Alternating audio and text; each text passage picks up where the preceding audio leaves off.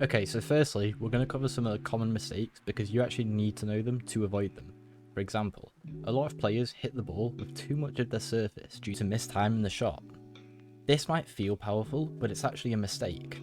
To explain why, let me ask you two simple questions. Why do you want to hit a power shot? The obvious answer might be to hit the ball harder. More speed means more pressure on your opponents, right? But here's the follow-up question. What part of your car generates the most power? If you're thinking, the front of my car, well, that's partially true, but it's only half of the equation.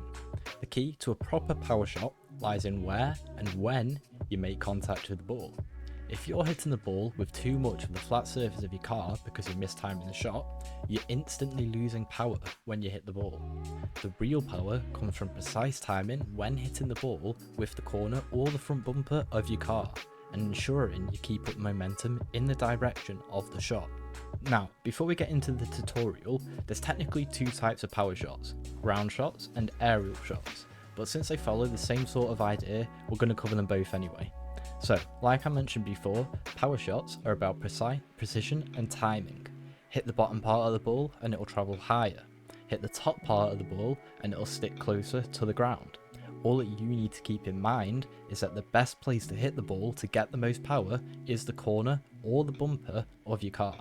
So, in order to hit a ground power shot, you need to wait until the ball bounces off the ground, and directly after the ball bounces up off the ground, hit the ball with the corner or bumper of your car by flipping into it, remembering that you want to be hitting the ball as you flip to transfer or add your flip's momentum into the ball, as well as the initial hits. Aerial power shots are not much different. Of course, with it being in the air, you can't wait for it to bounce, so aerial power shots simply come down to timing and being able to hold the flip. Here's just some quick replays in training for anybody who wants any examples.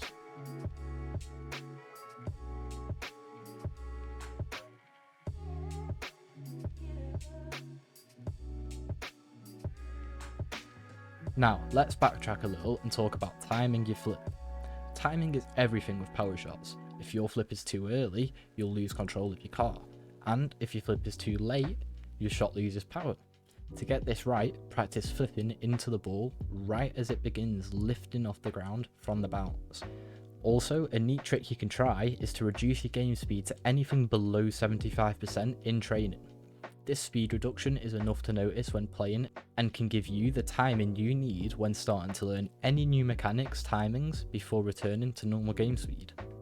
Finally, before we end, to recap, the order of inputs should be as follows. Line up your front bumper or corner with the ball. Boost towards the ball on approach. Time your flip to hit the ball with your car just as it's rising off the ground. Carry your momentum throughout the flip to maintain power and accuracy. And that's it. This video came from a comment from my other videos. I'll pop it up on the screen now, so thank you for that.